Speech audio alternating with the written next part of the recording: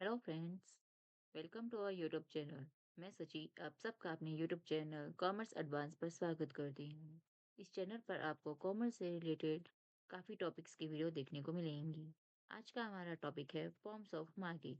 ये topic micro economics का बहुत ही इंपॉर्टेंट टॉपिक है। इस टॉपिक को हम क्लास +2 बीकॉम एमकॉम एमबीए जैसे सभी क्लासेस में पढ़ते हैं। ये एक ऐसा टॉपिक है जिससे क्वेश्चंस बनने के चांसेस सबसे ज़्यादा रहते हैं। तो स्टार्ट करते हैं आज के हमारे इस टॉपिक को। Forms of market. जो मार्केट होती है, ये जितनी भी फॉर्म्स हमारी मार्केट की हैं, इन सबको आप अपनी रियल लाइफ में भी एक्सपीरियंस कर सकते हैं। तो हम इन फॉर्म्स को वन बाय वन स्टडी करेंगे, इनके एग्जांपल्स को देखेंगे और रियल लाइफ में आप कहाँ कहाँ इसको एक्सपीरियंस करते हैं उन सब के बारे में देखेंगे। तो market structure. Forms of market को आप मार्केट स्ट्रक्चर भी कह सकते हैं। स्ट्रक्चर ऑफ मार्केट और फॉर्म्स ऑफ मार्केट सिर्फ दो अलग अलग नाम हैं, अंदर आपको सबसे मिलता है। तो स्टार्ट करते हैं मार्केट। सबसे पहले हम समझेंगे कि मार्केट क्या होता है। तो मार्केट क्या होता है? मार्केट मार्केट एक ऐसी जगह होती है, एक ऐसी प्लेस जहाँ पे बायर और जो सेलर होते हैं वो एक दूसरे से मिलते हैं और जो भी कमोडिटी होती है उसको एक्सचेंज करते हैं, गुड्स और सर्विसेज को एक्सचेंज करते हैं। यहाँ पे सिंपली बायर और सेलर एक दूसरे से मीट करते हैं। नॉर्मली हमें देखने को मिलता है कि जब भी मार्केट की बात आती है हम क्या समझते हैं? हम सोचते हैं कि मार्केट एक फिजिकल प्लेस होता है जहाँ पे बायर जाता है सेलर के पास और अपने रिक्वायरमेंट की गुड्स और सर्विसेज परचेज करता है। उसके बदले वो उसको मनी दे सकता है, किसी भी फॉर्म में एक्सचेंज कर सकता है। लेकिन ऐसा नहीं होता है। मार्केट सिर्फ एक फिजिकल प्लेस नहीं होता है। जैसा कि हम पढ़ सकते हैं सामने दिख रहा है। मार्केट मार्केट एक वेन्यू है, एक प्लेस है जहाँ पे बायर और सेलर मीट करते हैं, फैसिलिटेट करते हैं, एक्सचेंज और ट्रांजैक्शंस करते हैं एक दूसरे के साथ। सेकेंडली मार्केट मार्केट एक physical like retail outlet. Market physical form में भी हो सकती है। आप किसी भी शॉप पे जाते हैं या आप कहीं भी किसी शॉपिंग मॉल में जाते हैं, वो क्या होता है? वो एक रिटेल आउटलेट होता है। फिजिकल फॉर्म में आप मार्केट देख सकते हैं। वैसे ही मार्केट वर्चुअल भी हो सकती है, जैसे कि ई रिटेलर्स। जो ई रिटेलर्स होते हैं, इसमें आप किसी भी ऑनलाइन प्लेटफॉर्म के बारे में देख सकते हैं। यहाँ पे कोई फिजिकल स्पेस नहीं होता। आप कहीं पे भी घर, ऑफिस या किसी पार्क में बैठ के ऑनलाइन शॉपिंग कर सकते हैं, कोई भी चीज़ परचेज़ कर सकते हैं, सेल कर सकते हैं। आप सेलर के साथ डायरेक्टली कॉन्टैक्ट में नहीं होते, आप उसको फेस टू फेस नहीं जानते, बट फिर भी आप क्या करते हैं वहाँ पे उसे सेल करते हैं, परचेज़ करते रहते हैं। आपको अपनी रिक्वायरमेंट की हर चीज़ अलग-अलग डिफरेंट-डिफरेंट कमोडिटीज़ आपको देखने को मिल जाती हैं। तो ये क्या होती है? मार्केट होती है। आज के टाइम में मार्केट फिज़िकल और वर्चुअल दोनों तरीकों से हो सकती है। नॉर्मली हम देखते हैं कि हमें कहीं भी कोई भी चीज़ खरीदनी हो तो आप आजकल बाहर कहीं जाना प्रेफ़र नहीं करते। हम घर से ही किसी प्लेटफ़ॉर्म पे जैसे कि अमेज़न, फ्लिपकार्ट कहीं पर भी जाते हैं, उसको ओपन करते हैं, कमोडिटी का नाम डालते हैं और हमारे पास डिफ़रेंट डिफ़रेंट सेलर्स के लिंक आ जाते हैं। उन कमोडिटीज़ को हम आपस में कंपेयर कर सकते हैं और फिर उसको परचेज़ कर लेते हैं। तो यही होता है सिंपली मार्केट। मार्केट में नॉर्मली क्या-क्या चीज़ होनी चाहिए मार्केट होने के लिए? फर्स्टली तो वहाँ पे बायर और सेलर प्रेज़ेंट होने चाहिए। सेकंड, हमारी जो इम्पोर्टेंट थिंग है वो क्या है? कमोडिटी। हम किसी न किसी कमोडिटी का ही वहाँ पे एक्सचेंज करेंगे। Third, price. जो प्राइस होता है, हम कोई ना कोई प्राइस फिक्स करते हैं जिस पे हम क्या करते हैं हमारी कमोडिटी को एक्सचेंज करते हैं। एंड सेक लास्ट, कंपटीशन। जो कंपटीशन होता है वो भी बहुत ज़्यादा ज़रूरी होता है क्योंकि सिर्फ एक ही सेलर से हम हर चीज़ परचेज़ नहीं कर सकते। जितना ज़्यादा कंपटीशन होगा हमारे पास उतने ही ज़्यादा ऑप्शंस होंगे कि आप उसको परचेज डिफरेंट डिफरेंट थिंग्स को परचेज कर सकें। नेक्स्ट स्टार्ट करते हैं forms of market. So forms of market mainly हमारे पास 4 फॉर्म्स होती हैं मार्केट की। Perfect competition, monopoly, monopolistic competition and the oligopoly. So one by one हम इन सबको रीड करते हैं। तो फर्स्ट हमारा पॉइंट है परफेक्ट कंपटीशन मार्केट। जो परफेक्ट कंपटीशन मार्केट होती है वो एक ऐसी मार्केट होती है जहाँ पे ये एक परफेक्टली कंपटीशन होता है, एक ऐसी सिचुएशन जहाँ पे number of buyers and sellers present होते हैं। वहां पे आप ये नहीं देखते numbers of buyer and sellers present होते हैं। जो सेलर होते हैं वो सेम यानी कि सिमिलर या फिर हम बोल सकते हैं कि होमोजेनियस प्रोडक्ट होते हैं उसको सेल करते हैं। यहाँ पे ना ही बायर लिमिटेड होते हैं और ना ही सेलर लिमिटेड होते हैं। इस डेफिनेशन को आप आगे के जो दिए गए फीचर्स हैं उनमें बहुत ही अच्छे तरीके से समझ सकते हैं। फर्स्ट हमारा फीचर है large number of buyers and seller.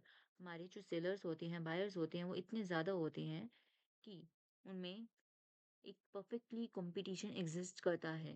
Homogeneous product, जो होमोजीनियस प्रोडक्ट होता है, जितनी भी फर्म्स होती हैं, जितने भी सेलर्स होते हैं, वो मार्केट में होमोजीनियस प्रोडक्ट सेल करते हैं। होमोजीनियस का मतलब हम समझ सकते हैं कि बिल्कुल सेम प्रोडक्ट होते हैं। जो प्रोडक्ट एक सेलर सेल करता है, बाकी के सभी सेलर्स भी वही प्रोडक्ट उसी फीचर्स में सब कुछ सेम आपको अवेलेबल करवाते हैं।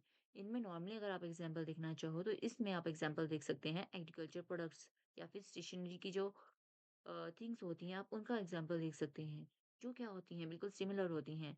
जैसे कि कहीं पे आप कोई प्रोडक्ट परचेज़ करने जाते हैं, स्ट्रीट फूड, आप स्ट्रीट फूड पे गए, कहीं पे आपने कोई भी चीज़ ली, तो आपको हर चीज़ का प्राइस सेम मिलता है। आप एक शॉप से लें, दूसरी शॉप से लें या थर्ड शॉप से लें, जिस भी शॉप पे जाएँगे आपको उसका प्राइस सेम मिलेगा और प्रोडक्ट बिल्कुल सेम होता है।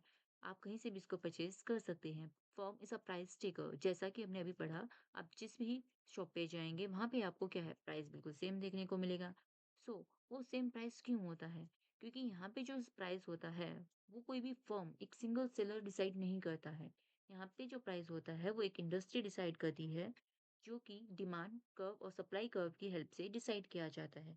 जो डिमांड कर्व और सप्लाई कर्व की हेल्प से जो प्राइस फिक्स हुआ है, हम उसी प्राइस को फाइनल प्राइस डिसाइड करते हैं और इंडस्ट्री के द्वारा डिसाइड किया गया प्राइस ही जो फर्म है उसको एक्सेप्ट करती है और वो उसी अकॉर्डिंग अपने प्रोडक्ट्स को सेल करती है। तो जितनी भी फर्म्स होती हैं वो उस प्राइस को एक्सेप्ट करके उसी पे अपना प्रोडक्ट सेल करती हैं। यही रीज़न है कि आपको हर जगह प्राइस सेम देखने को मिलता है। आपको कहीं पर भी प्राइस कम या ज़्यादा देखने को नहीं मिलता। यहाँ पे जो होता है प्राइस, प्राइस का एक इम्पोर्टेंट पॉइंट ये होता है कि अगर इस कंपटीशन मार्केट में, परफेक्ट कंपटीशन मार्केट में आप प्राइस को ज़रा-सा भी अप या डाउन करते हैं, तो आपकी जो सेल होती है वो बिल्कुल ज़ीरो या फिर इन्फिनिटी तक भी पहुँच सकती है। प्राइस को आप हल्का-सा भी राइज़ करते हैं, तो आपके जितने भी बायर्स हैं, वो किसी दूसरे सेलर पर ईज़िली शिफ्ट हो जाते हैं। इसी वजह से हम हमारा जो प्राइस है वो चेंज नहीं करते और फर्म को प्राइस टेकर माना जाता है, ना कि प्राइस मेकर।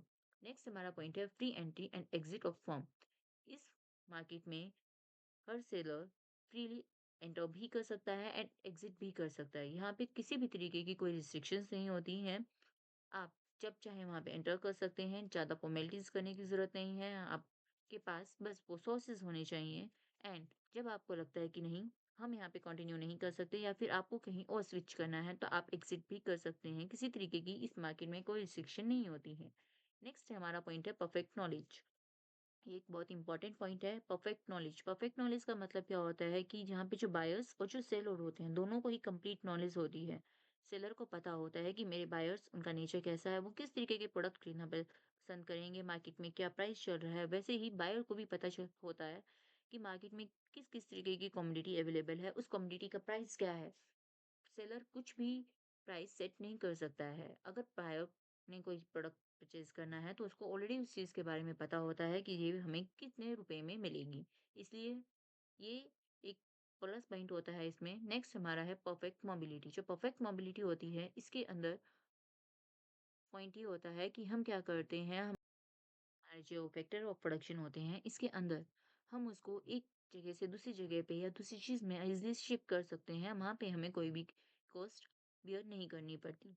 इस वजह से हम क्या कर सकते हैं, हमारी जो कॉस्ट रहती है, वो बिल्कुल सेम रहती है। आप एक जगह से दूसरी जगह पे स्विच कर सकते हैं। नेक्स्ट है नो सेलिंग कॉस्ट। जैसा कि हमने पढ़ा, यहाँ पे कोई सेलिंग कॉस्ट नहीं होती। हमारे जो फैक्टर ऑफ प्रोडक्शंस हैं, वो ईज़िली स्विच किए जा सकते हैं। कि अगर हमारे पास कोई सेलिंग कॉस्ट होगी या फिर कोई ट्रांसपोर्टेशन कॉस्ट होती, तो क्या होता कि अलग-अलग सेलर्स अलग-अलग अपना प्राइस डिसाइड कर सकते थे। सेलिंग कॉस्ट में हम लिख सकते हैं कि हमें कोई एडवर्टाइजिंग करनी है या तो आप किसी न किसी तरीके से अपने प्रोडक्ट को प्रमोट करना चाहते हैं। लेकिन ऐसा अवेलेबल नहीं होता क्योंकि सब हमारा जो प्रोडक्ट है वो होमोजेनियस प्रोडक्ट है, सबके साथ बिल्कुल सिमिलर दिखेगा। हम उसको किसी भी तरीके से डिफरेंशिएट नहीं कर सकते हैं, हमारे पास कोई एक्स्ट्रा एफर्ट्स हमें नहीं डालने होते हैं, इस वजह से हमारी कोई एक्स्ट्रा सेलिंग कॉस्ट भी नहीं आती है। और इसी रीज़न की वजह से हमारे जितने भी सेलर्स होते हैं, उनका प्राइस हमेशा सेम रहता है। लास्ट हमारा पॉइंट है शेप ऑफ डिमांड कर्व। इसके अंदर जो डिमांड कर्व की शेप होती है, वो बिल्कुल एक्स एक्सिस के पैरेलल होती है। जैसा कि हम यहाँ पे पॉइंट में देख सकते हैं, हमारे जो फर्म का डिमांड कर्व है बिल्कुल एक्स एक्सिस के पैरेलल जा रहा है। यहाँ पे A R is equal to M R is equal to D, हमारा जो डिमांड कर्व होता है वो ए आर कर्व और एम आर कर्व के इक्वल होता है। यहाँ पे हम हमारी जो फर्म होती हैं वो क्या करती हैं, वो नॉर्मल प्रॉफिट अर्न करती हैं। परफेक्ट कंपटीशन में कभी भी ये पॉसिबल नहीं होता है कि कोई फर्म एबनॉर्मल प्रॉफिट या फिर सुपर नॉर्मल प्रॉफिट अर्न कर रही है, क्योंकि यहाँ पे सब कुछ प्री एंट्री होती है, प्री एग्जिट होती है, हमारे सेलर्स की नॉलेज होती है बायर को, और हमारी कोई सेलिंग कॉस्ट भी नहीं होती है। तो ये सब जो फैक्टर्स हैं ये हमें हमारी जो फर्म है उसको सिर्फ नॉर्मल प्रॉफिट ही अर्न करने देते हैं। आगे हम देखते हैं एग्जांपल्स, परफेक्ट कंपटीशन मार्केट के जो एग्जांपल्स हैं। जैसे कि हम इन एग्जांपल्स को पहले भी डिस्कस कर चुके हैं। एग्रीकल्चर मार्केट, आप कहीं पे भी वेजिटेबल्स लेने जाते हैं या कोई ग्रेन्स वगैरह लेने जाते हैं तो उनका प्राइस मोस्टली आपको सेम ही देखने को मिलता है। फ्री सॉफ्टवेयर, कुछ सॉफ्टवेयर ऐसे होते हैं मार्केट में जो आपको फ्रीली अवेलेबल हो जाते हैं, तो वो आपको हर प्लेटफॉर्म पे फ्री ही अवेलेबल होते हैं। Last, street food vendors. यहाँ पे क्या होता है, कई बार जो स्ट्रीट फूड वेंडर्स होते हैं, जैसे कि अलग अलग जगह पे जो रेडियां लगी हुई होती हैं, स्टॉल्स लगे हुए होते हैं, उनके जितने भी आप देखते हैं सब प्रोडक्ट का प्राइस सेम ही होता है। आप किसी भी स्टॉल से लें, आपको स्ट्रीट फूड के रेट्स बिल्कुल सेम देखने को मिलते हैं। नेक्स्ट हमारा मार्केट है मोनोपोली। आगे हम पढ़ेंगे मोनोपोली मार्केट। मोनोपोली, इसके नाम से ही हमें क्लियर होता है कि मोनोपोली क्या होता है। जो मोनोपोली टर्म है ये एक ग्रीक टर्म से ली गई है। ये टर्म दो लेटर से मिलकर, दो वर्ड से मिलकर बनी हुई है। फर्स्ट है मोनो, सेकंड है सिंग पॉली। मोनो का मतलब होता है सिंगल एंड पॉली का मतलब होता है सेलर। तो अगर हम इन दोनों को कंबाइन करते हैं तो हमें पता चलता है कि यहाँ पे जो सेलर होता है वो एक ही होता है। मोनोपोली मतलब सिंगल सेलर हमारे प्रोडक्ट को सेल करता है।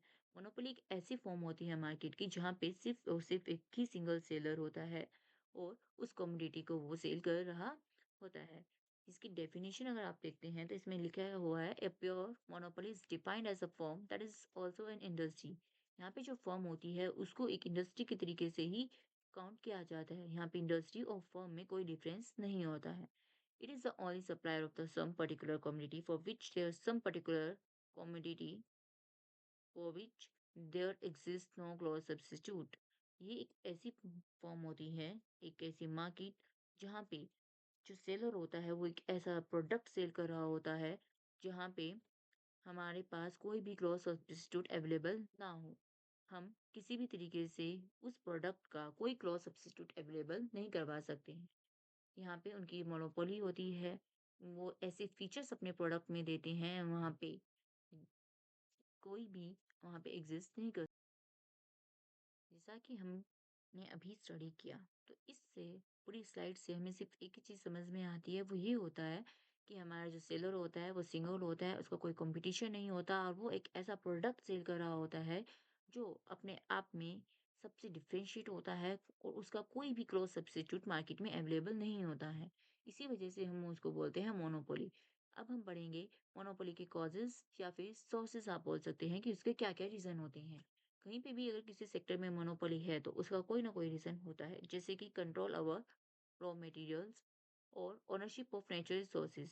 कई बार कई ऐसी चीजें होती हैं जहाँ पे एक सिंगल पर्सन का या फिर एक सिंगल ऑर्गेनाइजेशन का वहाँ पे कंट्रोल होता है उन रॉ मटेरियल पर या फिर वहाँ उन नेचुरल रिसोर्सेज पर जो उस प्रोडक्ट को बनाने के लिए यूज होते हैं, और इस वजह से कोई और उस तरीके के प्रोडक्ट नहीं बना सकता। नेक्स्ट है गवर्नमेंट पॉलिसी। कई बार जो गवर्नमेंट है वो कुछ ऐसे रूल्स रेगुलेशन या फिर कुछ ऐसी पॉलिसीज बना देती हैं जिसकी वजह से कोई भी अदर सेलर उस तरीके की मार्केट में एंटर नहीं कर सकता है। गवर्नमेंट की पॉलिसीज इतनी स्ट्रिक्ट होती हैं कि वो कोई भी सेलर वहां पे एंटर करना उसके लिए पॉसिबल नहीं होता है। पेटेंट, कई बार कुछ सेलर्स क्या करते हैं, जब किसी प्रोडक्ट को बनाते हैं तो उसको पेटेंट करवा लेते हैं। पेटेंट के अंदर अगर किसी सेलर ने किसी भी प्रोडक्ट का पेटेंट करवा लिया, उसकी प्रोसेस की पेटेंट करवा लिया, तो आप या कोई भी और सेलर उस तरीके का सिमिलर प्रोडक्ट नहीं बना सकता है। उसके ऊपर काफी पेनल्टीज और रिस्ट्रिक्शंस लग जाती हैं, और इस वजह से वो क्या करता है, उस मार्केट में मोनोपोली क्रिएट कर लेता है। टेक्निकल बैरियर्स, यहाँ पे क्या होता है, इसमें हम जो टेक्निकली चीज़ें जो आप बनाते हैं, प्रोडक्शन में यूज़ होती हैं, कुछ टेक्नोलॉज़ी ऐसी होती है कि उसको हर कोई अफ़ोर्ड नहीं कर सकता है या तो फिर उस किसी को उस टेक्नोलॉज़ी के बारे में एक्चुअल में कंप्लीट नॉलेज नहीं होती है। नेक्स्ट हमारा पॉइंट है कैपिटल रिक्वायरमेंट। कैपिटल रिक्वायरमेंट कई बार जब मोनोपोली क्रिएट हो जाती है और कोई नया सेलर उसके अंदर एंटर करना चाहता है, तो वहाँ पे उसको इतनी ज़्यादा कैपिटल रिक्वायरमेंट की ज़रूरत होती है, जो वो वहाँ पे अवेलेबल उसके पास नहीं होती है, वो इतना ज़्यादा कैपिटल वहाँ पे इन्वेस्ट नहीं कर सकता। तो कई बार जो कैपिटल रिक्वायरमेंट है, वो भी हमारे लिए एक प्रॉब्लम क्रिएट कर देती है और इसकी वजह से भी मोनोपोली को ब्रेक करना थोड़ा मुश्किल हो जाता है। नेक्स्ट है एंट्री बैरियर। जैसा कि हमने ऊपर भी पढ़ा था, गवर्नमेंट कुछ पॉलिसीज या फिर रूल्स ऐसे बना देती है जिसकी वजह से उस सेक्टर में एंटर करना बहुत ही ज़्यादा मुश्किल हो जाता है। आप इजिली वहाँ पे एंटर नहीं कर सकते। मोनोपोली का एक स्ट्रीट एंड इजी एग्जांपल आप देख सकते हैं, रेलवे। जो इंडियन रेलवे है, यहाँ पे रेलवे में क्या है, गवर्नमेंट की मोनोपोली है। रेलवे के अलावा कोई भी ऐसी गवर्नमेंट के अलावा ऐसी कोई भी प्राइवेट कंपनी या प्राइवेट सेक्टर ऐसे एग्जिस्ट नहीं करता है कि आपको रेलवे की फैसिलिटीज प्रोवाइड करवा सके। यहाँ पे पूरा कंट्रोल गवर्नमेंट के अंडर रहता है। तो यहाँ पे क्या है, गवर्नमेंट की मोनोपोली होती है। गवर्नमेंट ने ऐसे रूल्स बनाए हुए हैं, ऐसे बैरियर्स उनके लिए हैं कि प्राइवेट सेक्टर में कोई भी सेलर इस फील्ड में एंटर नहीं कर सकता। नेक्स्ट आगे हम देखेंगे मोनोपोली के फीचर्स। फीचर्स क्या क्या हैं? जैसा कि हमने पढ़ा, one seller and large number of buyer. यहाँ पे सेलर एक होता है, लेकिन उस प्रोडक्ट के जो बायर्स होते हैं वो बहुत ज्यादा लार्ज क्वांटिटी में होते हैं। Monopoly is also an industry. Monopoly को आप फॉर्म इंडस्ट्री दोनों बोल सकते हैं। मोनोपोली के अंडर फॉर्म और इंडस्ट्री के अंदर कोई डिफरेंस नहीं होता है। Restriction on the entry of a new firm. अगर कहीं पे किसी प्रोडक्ट की, किसी सेलर की मोनोपोली है, तो वहाँ पे क्या होता है, वहाँ पे वो इस तरीके की सिचुएशंस क्रिएट कर देता है कि कोई भी न्यू सेलर वहाँ पे इज़िली एंटर नहीं कर सकता। ये रोल गवर्नमेंट भी कई बार प्ले करती है, जैसा कि हमने लास्ट एग्जांपल में देखा था, इंडियन रेलवे गवर्नमेंट ने ऐसी पॉलिसीज़ बनाई हुई हैं, लॉज़ बनाए हुए हैं कि वहाँ पे कोई भी प्राइवेट सेक्टर इन्वेस्ट नहीं कर सकता है और ना ही वहाँ पे ऐसा कोई भी उसका क्लॉज़ सब्स्टिट्यूट हमारे पास अवेलेबल होता है। प्राइस मेकर जो मोनोपोली फर्म होती है, मोनोपोली मार्केट होती है, इसमें जो वो सेलर होता है वही प्राइस मेकर होता है। वो अपने प्रोडक्ट का प्राइस अपने अकॉर्डिंग सेट कर सकता है। उस सेलर का अपने प्रोडक्ट के प्राइस पे कंप्लीट कंट्रोल आप बोल सकते हैं कि होता है, क्योंकि वो एक सिंगल सेलर है और उसका कोई कंपटीशन नहीं है। तो वो सेलर जिस भी प्राइस पे अपना प्रोडक्ट मार्केट में अवेलेबल करवाता है, बाकी जितने भी बायर्स होते हैं, उन्हें उसको उसी प्राइस पे परचेज़ करना पड़ता है, क्योंकि वो और कोई प्रोडक्ट ऐसा नहीं है जो उसको कम्पीट कर सके। नेक्स्ट हमारा पॉइंट है नो क्लॉज़ सब्स्टिट्यूट। इसके अंदर कोई भी क्लॉज़ सब्स्टिट्यूट नहीं होता, क्योंकि सेलर सिंगल है, तो वो एक ही तरीके के प्रोडक्ट बनाता है और अपना प्राइस अपने अकॉर्डिंग ही सेट करता है। तो यहाँ पे जो हमारे बायर्स होते हैं वो इज़िली एक उनके पास ऑप्शन नहीं होता है कि वो एक प्रोडक्ट से किसी अदर प्रोडक्ट के ऊपर स्विच कर सकें, तो वो क्या करते हैं, उन्हें उसको उसी प्राइस पे परचेज़ करना पड़ता है। प्राइस डिस्क्रिमिनेशन, इसके अंदर हम प्राइस डिस्क्रिमिनेशन भी देखते हैं। रीज़न ये है क्योंकि वो एक सिंगल सेलर है, तो वो क्या करता है, अलग-अलग मार्केट में या फिर एरिया के बेसिस पे, टाइम के बेसिस पे अपने प्राइसेज़ को चेंज करता रहता है। सेम प्रोडक्ट के लिए वो अलग-अलग प्राइसेज़ भी, सेम प्रोडक्ट या फिर सेम जो सर्विसेज़ होती है उनके लिए वो अलग-अलग प्राइस, डिफरेंट-डिफरेंट पर्सन से डिफरेंट-डिफरेंट प्राइसेज़ क्या करता है, चार्ज करता है। जैसे कि हमने देखा था इंडियन रेलवे में, उनके अंदर सर्विस हमें एक ही मिल रही है, ट्रांसपोर्टेशन सर्विस हमें अवेलेबल करवाई जाती है। लेकिन वहाँ पे ये जो ओल्ड एज पर्सन होते हैं, उनके जो किराया होता है, या फिर जो चिल्ड्रन का जो टिकट होती है, वो क्या होती है, उनके प्राइसेस अलग-अलग रहते हैं, डिफरेंट रहते हैं। सर्विस हमें एक ही मिल रही है, लेकिन क्या हो रहा है, यहाँ पे प्राइस डिस्क्रिमिनेशन हो रहा है। लास्ट हमारा पॉइंट है downward sloping demand curve.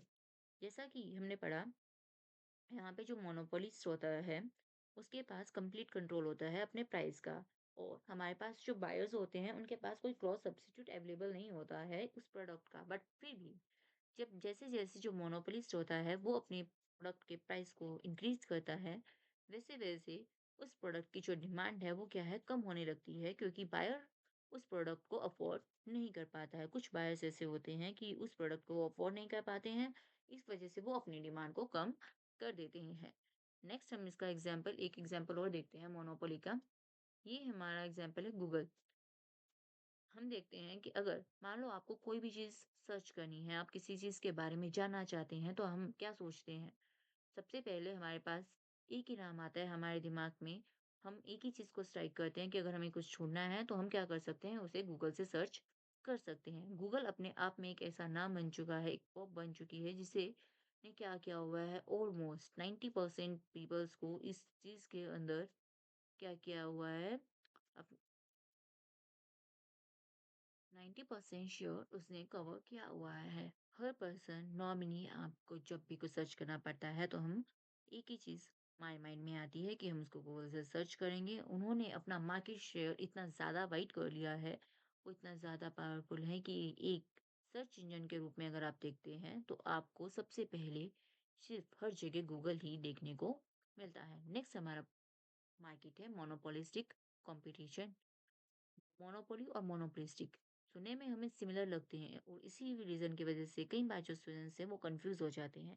Monopolist क्या होता है? मोनोपोलिस्ट मोनोपोली के सेलर को बोला जाता है, लेकिन जो मोनोपोलिस्टिक होता है इसके अंदर हम क्या करते हैं, इसके अंदर लार्ज नंबर ऑफ सेलर्स होते हैं और large number of he buyers होते हैं।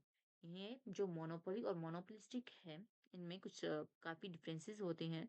जैसा कि हमने मोनोपोली में पढ़ा था कि हमारे पास कोई भी क्रॉस सब्स्टिट्यूट अवेलेबल नहीं होता है, लेकिन जो मोनोपोलिस्ट होता है, मोनोपोलिस्टिक कंपटीशन मार्केट में ऐसा नहीं होता है। हमारे जितने भी प्रोडक्ट्स होते हैं, उनके क्रॉस सब्स्टिट्यूट हमारे पास अवेलेबल होते हैं। जितने भी सेलर्स होते हैं, वो कभी भी सिमिलर प्रोडक्ट या फिर सेम प्रोडक्ट हम बोल सकते हैं, होमोजेनियस प्रोडक्ट है, वो सेल नहीं करते हैं। इनके जो प्रोडक्ट होते हैं वो हेटेरोजेनियस नेचर के होते हैं, या फिर आप बोल सकते हो कोई कि वो डिफरेंशिएटेड प्रोडक्ट को सेल करते हैं, जिनकी क्रॉस सब्स्टिट्यूट मार्केट में आपको इजीली देखने को मिल जाते हैं।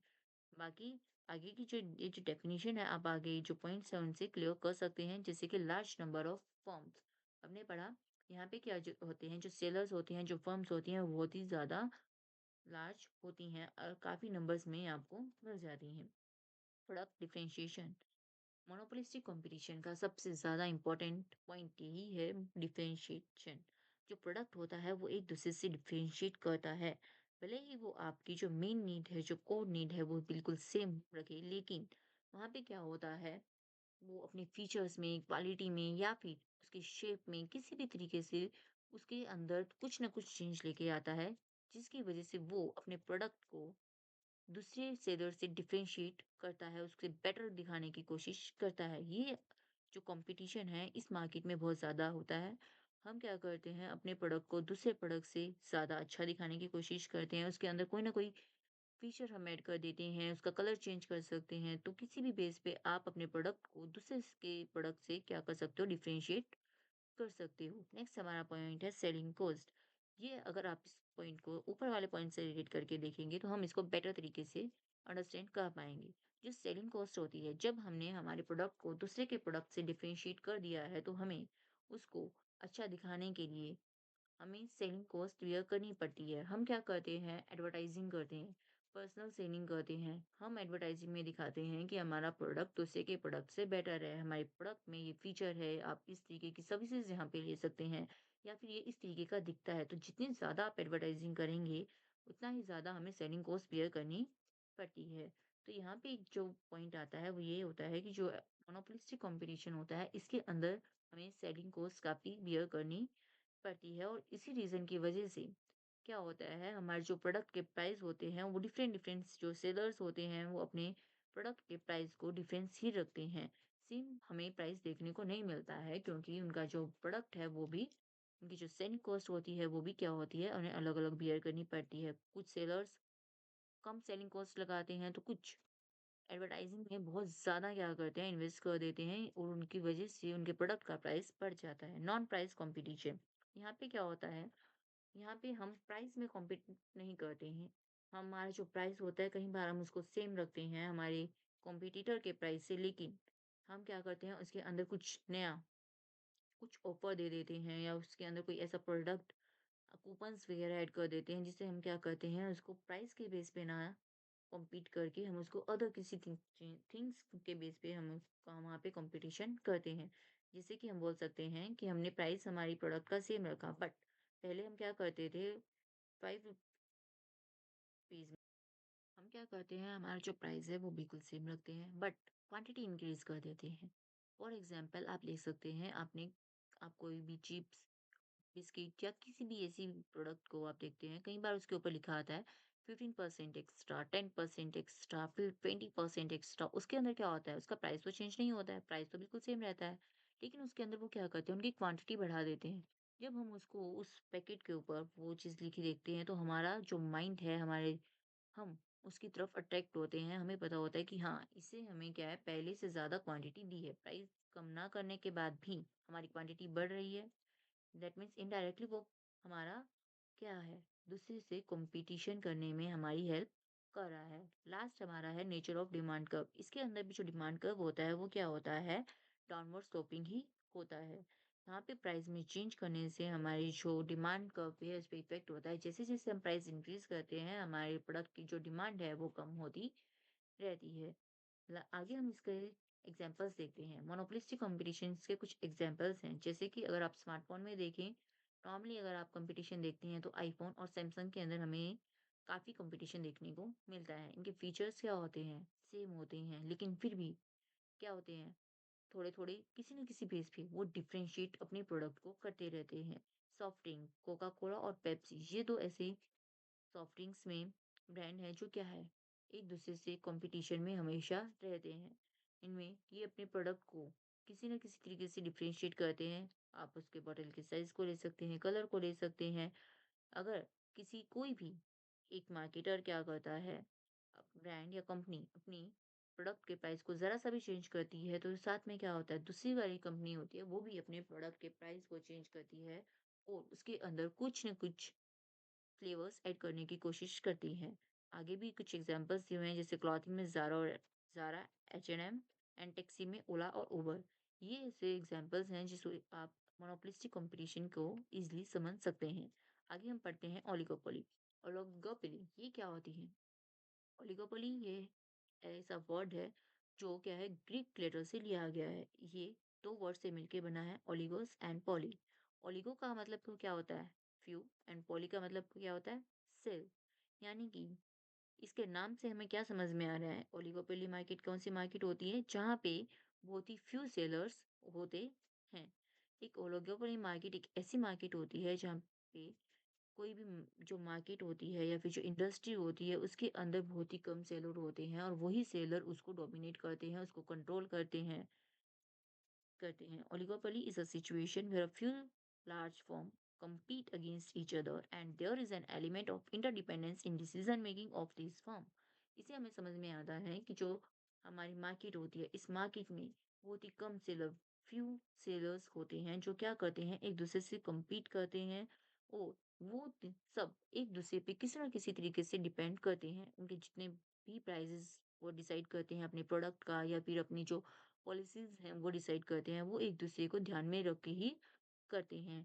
एक मार्केटर जो भी डिसीज़न लेता है उसका इफ़ेक्ट डायरेक्टली और इनडायरेक्टली दूसरे मार्केटर्स पर भी आता है। तो वो एक-दूसरे पे किसी न किसी तरीके से डिपेंड करते हैं। अगर मान लो किसी एक सेलर ने अपने प्रोडक्ट का प्राइस कम किया, तो क्या होगा? बाकी के जो सेलर्स हैं उन्हें भी अपने प्रोडक्ट का प्राइस कम करना पड़ेगा, क्योंकि उनके पास इतना ऑप्शन नहीं होता है।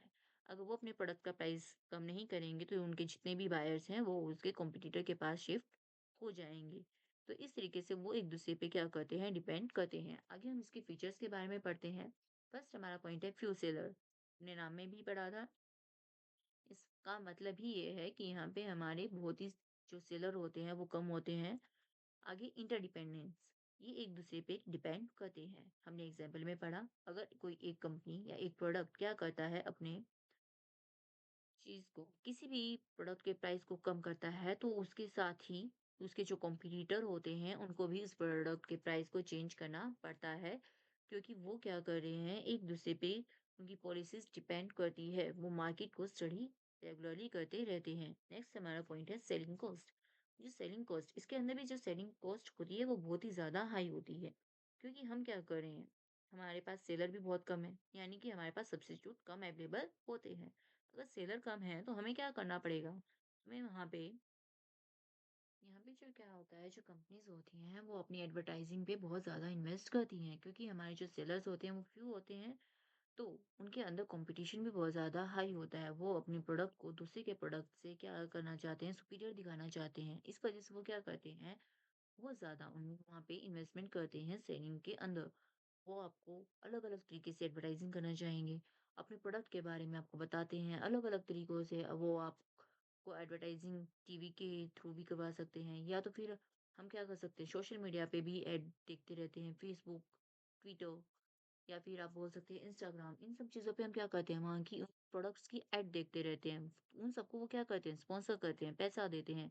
तो यहाँ पे वो क्या करते हैं, एक बहुत ही लार्ज इन्वेस्टमेंट सेलिंग कॉस्ट में कर देते हैं, जिसकी वजह से वो अपने पर उसकी जो इन्वेस्टमेंट होती है, उसका जो कॉस्ट आती है सेलिंग पे, उनका पूरा का पूरा कॉस्ट हमारे प्रोडक्ट के अंदर ऐड कर दिया जाता है। और प्रोडक्ट के जो प्राइसेस होते हैं, इस वजह से भी कई बार क्या करते हैं, अलग-अलग वेरी करते हैं। आगे हमारा पॉइंट है ग्रुप बिहेवियर।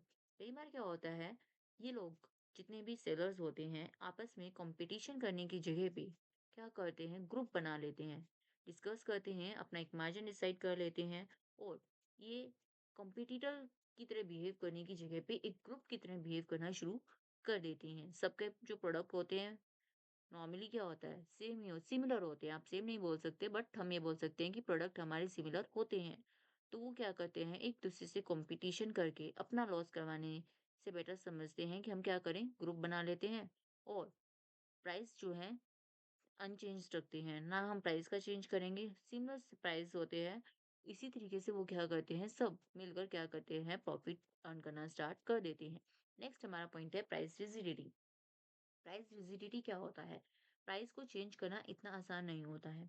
अगर कोई भी कॉम्पिटिटर है, कोई भी सेलर है, अपना प्राइस चेंज करना चाहता है, तो उसको बहुत से फैक्टर्स को स्टडी करना पड़ता है। आप ऐसा नहीं कर सकते कि आप क्या करें, प्राइस को अप कर दें या प्राइस को डाउन कर दें। इतना आसान नहीं होता है, क्योंकि हमारा प्राइस के ऊपर इतना कंट्रोल नहीं होता है। हम कंट्रोल कर सकते हैं बट एक लिमिट तक। उसके बाद हमें बाकी के कॉम्पिटिटर्स को भी स्टडी करना पड़ता है, मार्केट की सिचुएशन को स्टडी करना पड़ता है।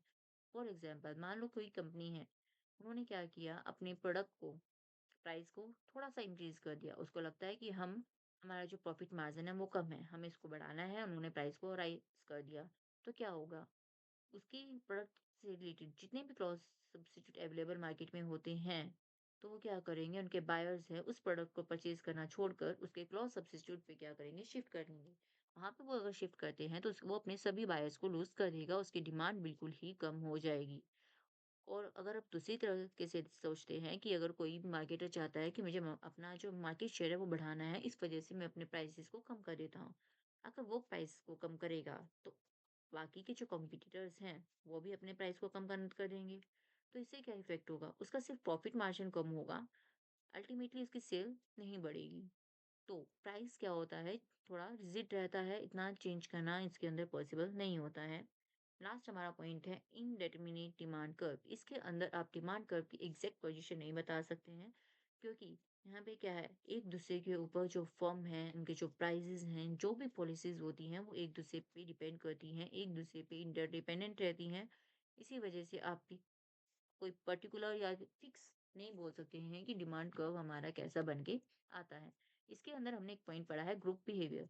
ग्रुप बिहेवियर में हमने पढ़ा था कि जो फर्म है वो आपस में कॉम्पीट करने की जगह पे क्या करती हैं, ग्रुप बना लेती हैं और एक दूसरे के साथ मिलकर काम करती हैं। इसी से रिलेटेड आगे हम कुछ पॉइंट्स पढ़ेंगे, collusive and non collusive market. इसके अंदर क्या होता है, कोलिजिव मार्केट क्या होता है, कोलिजन करना, यानी कि एक दूसरे के साथ मिलके काम करना। और नॉन कोलिजन के अंदर क्या होता है कि हम क्या करते हैं, सेपरेटली काम करते हैं, किसी के साथ ग्रुप नहीं बनाते हैं। तो ये जो पॉइंट्स हैं, इस मार्केट में बहुत ही ज़्यादा इम्पोर्टेंस रखते हैं, इसलिए हम इस पॉइंट को थोड़ा सेपरेटली डिस्कस करते हैं। वन बाय वन इनके पॉइंट, कुछ पॉइंट्स हैं जिनके बेस पर हम इसको डिफरेंशिएट कर सकते हैं, इसको स्टडी करते हैं। फर्स्ट हमारा पॉइंट क्या है, firm might decide to collaborate together and not compete with each other.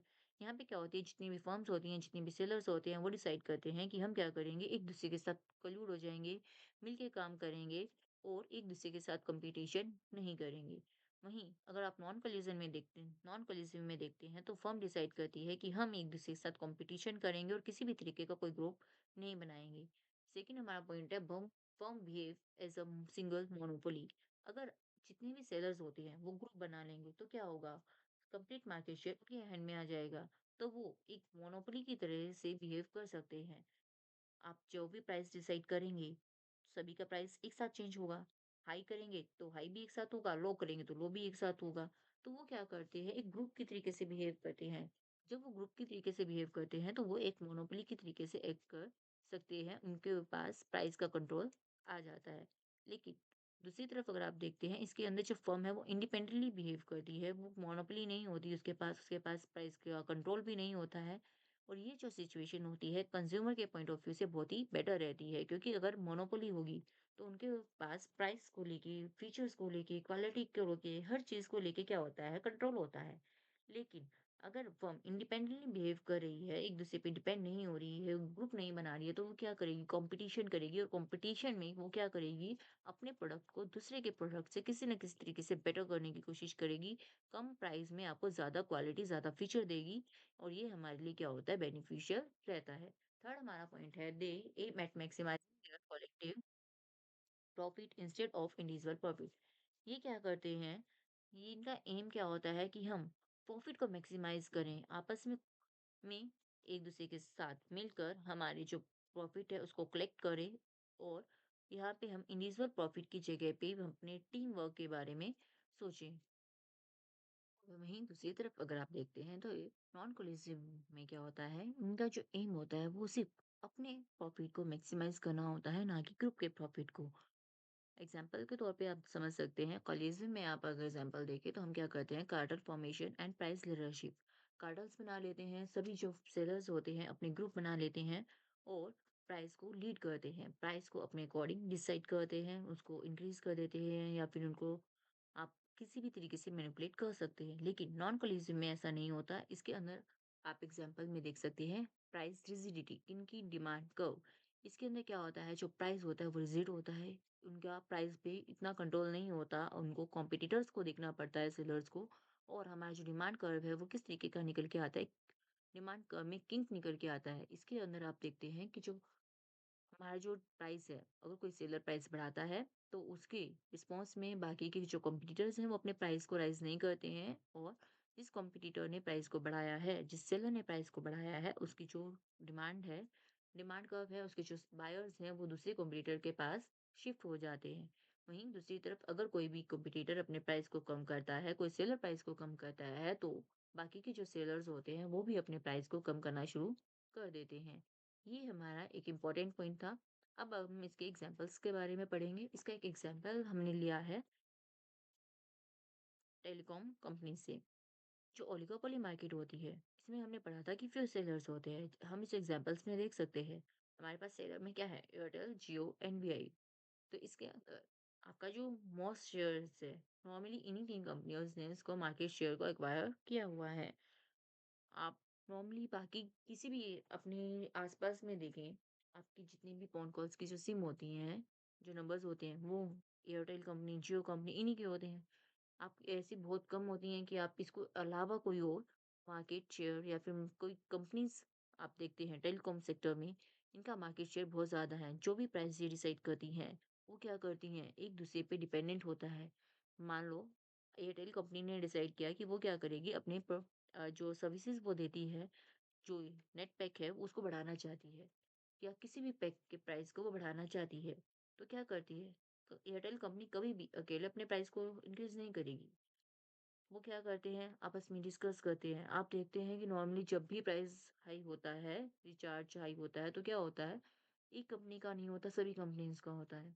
ये जो नेट पैक है, वो सभी कंपनी एक साथ क्या करती हैं, इसके प्राइस को राइज़ करती हैं।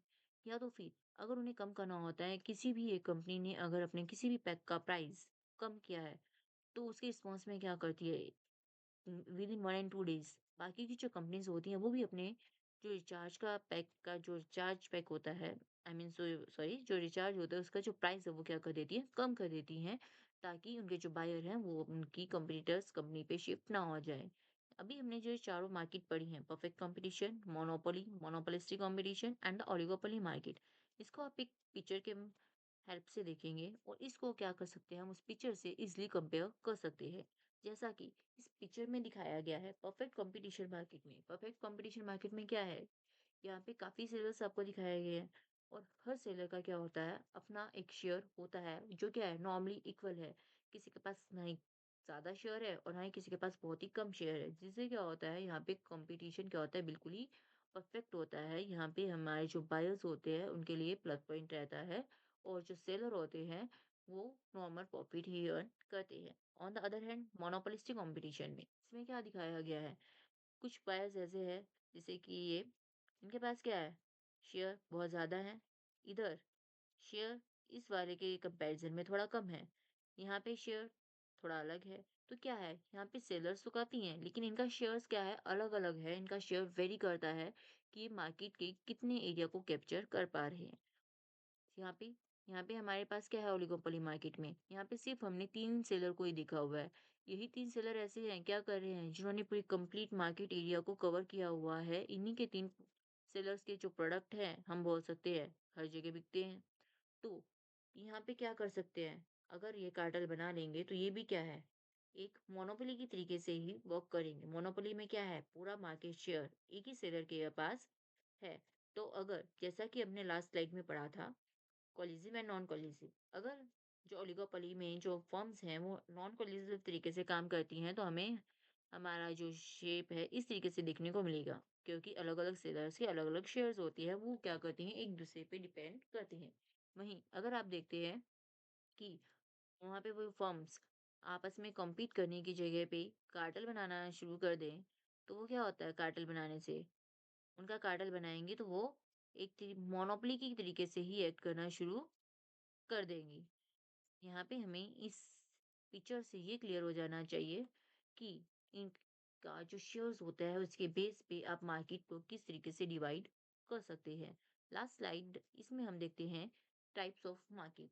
यहाँ पे हमने अभी जो स्लाइड्स में अलग अलग डिफरेंट डिफरेंट स्लाइड्स में हमने डिफरेंट डिफरेंट पॉइंट पढ़े हैं, उसको हमने एक ही स्लाइड में कवर अप करने की कोशिश की है। यहाँ पे आप चारों मार्केट्स को एक साथ पढ़ेंगे, उनके अंदर डिफरेंस देखेंगे। कुछ पॉइंट्स ऐसे हैं जो 2 1 या 2 मार्केट में क्या है, सिमिलर हैं, सेम आप बोल सकते हैं। लेकिन अदर मार्केट में वो क्या है, अलग हैं। तो वन बाय वन हम उन पॉइंट्स को डिस्कस करते हैं। फर्स्ट हमारा पॉइंट है नंबर ऑफ फर्म्स। जैसा कि हमने पढ़ा, परफेक्ट कंपटीशन और मोनोपोलिस्टिक कंपटीशन में जो शेयर्स होते हैं, जो फर्म्स होती हैं, वो बहुत ही ज़्यादा होती हैं। तो लार्ज नंबर में होती हैं। लेकिन ओलिगोपोली में जो नंबर्स ऑफ फर्म होती हैं, वो बहुत ही कम होती हैं, बहुत ही फ्यू सेलर्स होते हैं और मोनोपोली में तो सेलर सिर्फ एक ही होता है। नेक्स्ट हमारा पॉइंट है फ्रीडम ऑफ एंट्री। जो फ्रीडम ऑफ एंट्री है, इस पॉइंट में क्या होता है, जो परफेक्ट कंपटीशन है, इसके अंदर किसी भी तरीके से एंट्री बैरियर नहीं होता है। कोई भी सेलर कभी भी एंटर कर सकता है और कभी भी वो एग्जिट कर सकता है। यहाँ पे पूरी फ्रीडम होती है। मोनोपोलिस्टिक कंपटीशन में भी ऐसा ही होता है। उसके अंदर किसी भी तरीके की कोई रिस्ट्रिक्शन नहीं होती। जिस भी सेलर को जब आना है या जब जाना है, एग्जिट करना है, वो कंप्लीटली कर सकता है। बस कुछ फॉर्मेलिटीज होती है, उसको कंप्लीट करें एंड देन आप एंट्री कर सकते हैं। उन्हीं फॉर्मेलिटीज को पूरा कर कर आप एग्जिट भी कर सकते हैं। लेकिन ओलिगोपोली में अगर आप देखते हैं तो एक तरीके से आप बोल सकते हैं कि इसके अंदर एंट्री करने पे क्या होता है, कुछ हद तक रिस्ट्रिक्शंस होती हैं, क्योंकि जो कुछ सेलर्स होते हैं उन्होंने ही पूरे मार्केट शेयर को क्या कर रखा है, एक्वायर कर रखा है। वहां पे अगर उन्होंने एक्वायर कर रखा है तो वो ऐसी सिचुएशन क्रिएट कर देते हैं कि नए सेलर के लिए वहां पे आना थोड़ा मुश्किल हो जाता है। जिससे कि अगर कोई भी नया सेलर वहां आता है तो उसको बहुत ही लार्ज क्वांटिटी में कैपिटल की रिक्वायरमेंट होगी, टेक्नोलॉजी उसको अच्छी चाहिए होगी। मार्केट शेयर बिल्डअप करने के लिए उसको कुछ टाइम तक अपने प्राइसेस को लॉक रखना पड़ेगा। दैट मीन्स उसको लॉस बेयर करना पड़ेगा।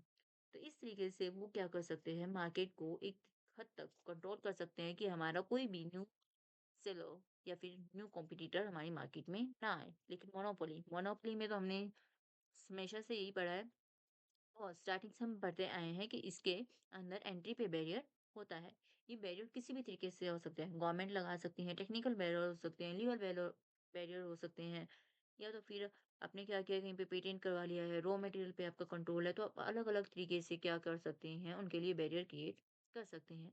नेक्स्ट हमारा पॉइंट है नेचर ऑफ प्रोडक्ट। यहाँ पे क्या होता है, परफेक्ट कंपटीशन में यूनिफॉर्म प्रोडक्ट हो सकते हैं। एक दूसरे से जो प्रोडक्ट होते हैं वो बिल्कुल ही सेम होते हैं। आप बोल सकते हैं यहाँ पे हम होमोजेनियस प्रोडक्ट देखने को मिलते हैं।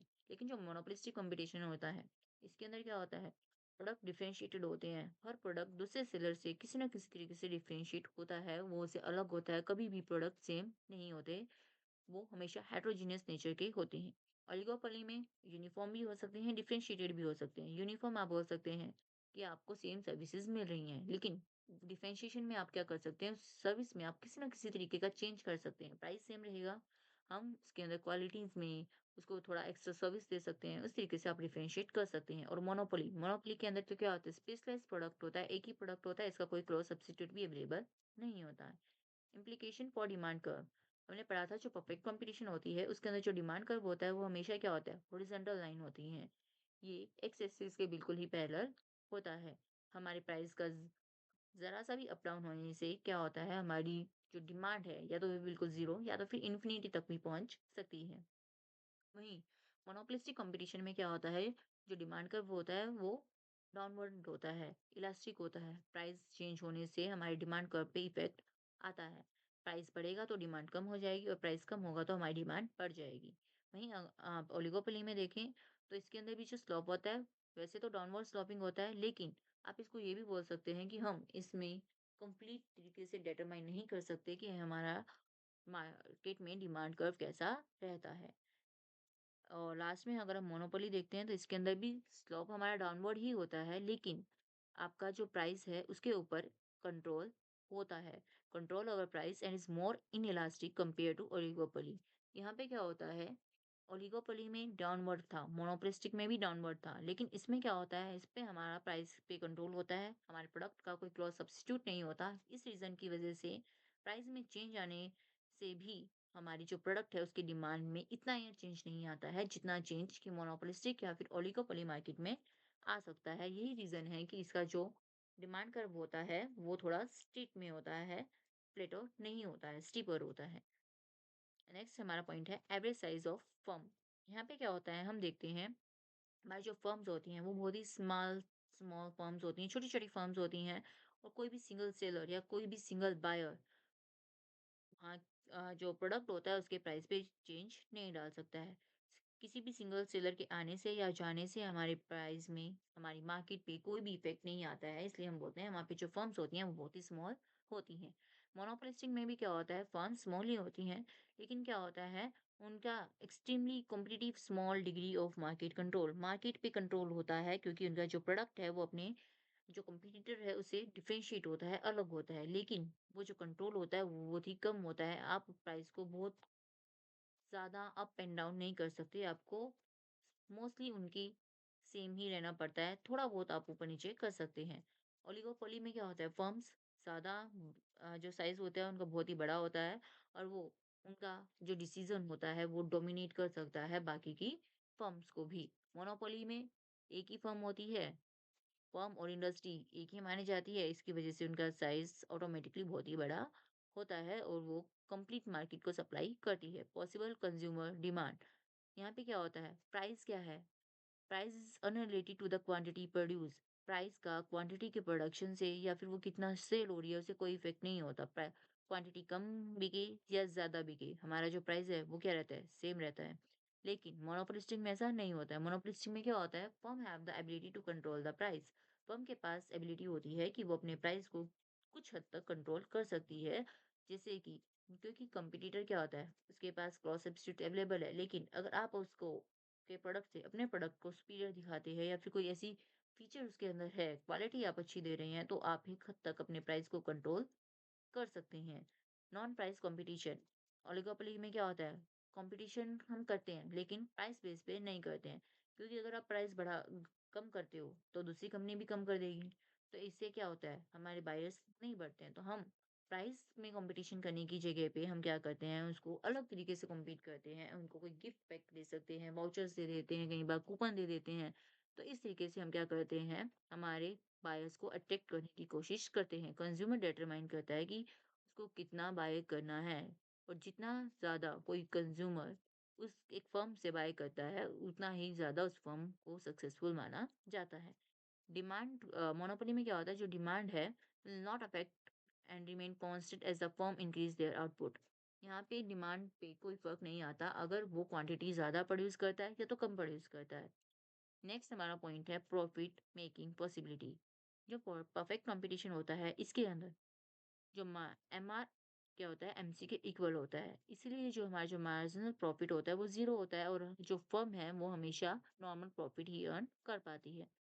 और दूसरी तरफ अगर आप देखते हैं तो जो मोनोपोलिस्टिक कंपटीशन होता है इसके अंदर भी कोई इकोनॉमिक प्रॉफिट नहीं होता। आप नॉर्मल प्रॉफिट ही अर्न कर सकते हैं क्योंकि आपके पास कंपटीशन इतना ज़्यादा हाई है कि आप अपने प्राइस को ज़्यादा कंट्रोल नहीं कर सकते हैं। आप अपना मार्जिन बढ़ा नहीं सकते। ओलिगोपोली में कार्टेल्स बन जाते हैं, कई बार कोलिजन हो जाता है जिसकी वज़ह से आप क्या कर सकते हैं, अपने ग्रुप प्रॉफिट को बढ़ाते हैं और उसमें जितना ज़्यादा शेयर आपका होता है, आपका प्रॉफिट भी उतना ज़्यादा बढ़ता रहता है। और जो मोनोपोली होती है, उसके अंदर तो आप मैक्स अपने प्रॉफिट को मैक्सिमाइज़ कर ही सकते हैं।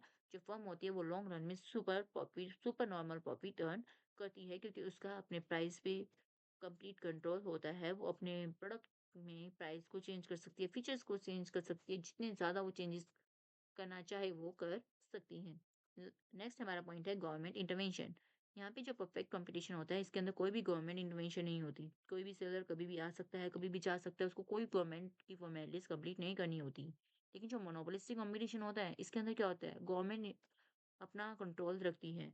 वो क्या करती है, कई बार कुछ पॉलिसीज बना देती है, रूल्स बना देती है, तो हमें उसको फ़ॉलो करना पड़ता है, कुछ फ़ॉर्मेलिटीज़ कंप्लीट करनी पड़ती है। लीगल फ़ॉर्मेलिटीज़ पूरी करने में कई बार हमें ज़्यादा टाइम लग जाता है। जो ओलिगोपोली मार्केट होती है, इसके अंदर भी गवर्नमेंट इंटरवेंशन होता है। क्या करती हैं, जो कंपनीज़ होती हैं, हमने अभी पढ़ा कि वो क्या करती है, कार्टेल बना लेती हैं। लेकिन गवर्नमेंट क्या करती है, उनको इन चीज़ों से रोकती है। गवर्नमेंट इस चीज़ पे कंट्रोल रखती है कि कंपनीज़ आपस में जो कॉम्पिटिटर है, वो कॉम्पिटिशन ही करें और कार्टेल ना बनाएँ। क्योंकि अगर वो कार्टेल बनाएँगे, तो इससे क्या होता है, जो बायर्स का है, उसका लॉस होता है और वो क्या करते हैं, सब कुछ अपने बिहाफ़ पे ही करना शुरू कर देते हैं।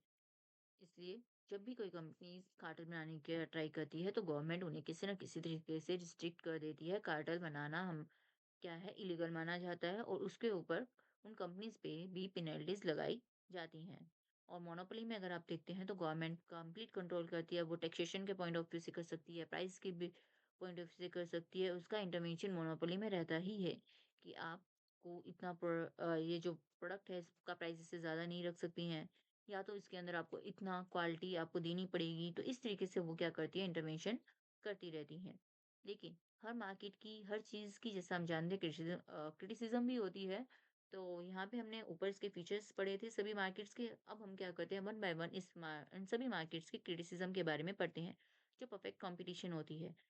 इस मार्केट में हमने सब कुछ देखा कि परफेक्ट होता है, कंपटीशन भी अच्छे से हो रहा है, परफेक्ट नॉलेज होती है बायर को, मोबिलिटी भी होती है, जो सेलर होता है वो नॉर्मल प्रॉफिट अर्न करता है। लेकिन क्या, अगर आप सोचो तो क्या ये जो सिचुएशन है एक्चुअल में एग्जिस्ट करती है? ये एक आइडियल सिचुएशन हमने मानी है, बट अगर आप देखें तो ऐसी कोई भी सिचुएशन आइडियल होती ही नहीं है। आइडियल सिचुएशन कभी भी रियलिटी में एग्जिस्ट नहीं करती है। तो इसका सबसे बड़ा क्रिटिसिज्म यही है कि ये सब चीजें आप पढ़ते हैं, लेकिन सब कुछ सेम नहीं होता है और ना ही ये एक्चुअल में एग्जिस्ट करती है। वहीं जो मोनोपोलिस्टिक कंपटीशन होता है, इसकी जो क्रिटिसिज्म है वो क्या है, एडवर्टाइजिंग। सेलर्स इतने ज़्यादा होते हैं कि वो अपने प्रोडक्ट को सुपीरियर दिखाने के लिए ज़्यादा से ज़्यादा एडवर्टाइजिंग पे एक्सपेंसेस करते हैं। और जिसका जो वो एक्सपेंस है वो क्या करते हैं, बाद में हमसे ही निकालते हैं, वो कॉस्ट में ऐड करते हैं, प्रॉफिट मार्जिन उसमें ऐड करते हैं और हमारे प्रोडक्ट का जो प्राइस है वो बढ़ जाता है।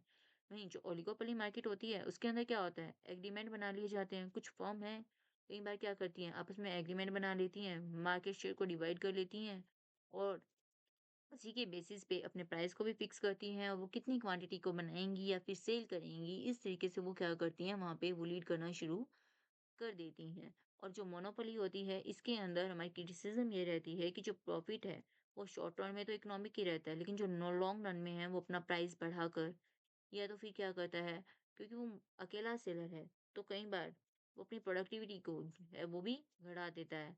वो इतना ज़्यादा प्रोड्यूस नहीं करता जितना वो प्रोड्यूस कर सकता है, जितनी उसकी कैपेबिलिटी होती है, प्राइस हाई चार्ज करेगा या तो फिर वो क्या करता है, अपना आउटपुट को ही कम कर देता है। तो इस तरीके से वो अपने प्रॉफिट को मैक्सिमाइज़ करने की कोशिश करता है। सो फ्रेंड्स, यहाँ हमने हमारे चारों तरीके की जो मार्केट्स है उसको स्टडी किया है, उनके फीचर्स को स्टडी किया है।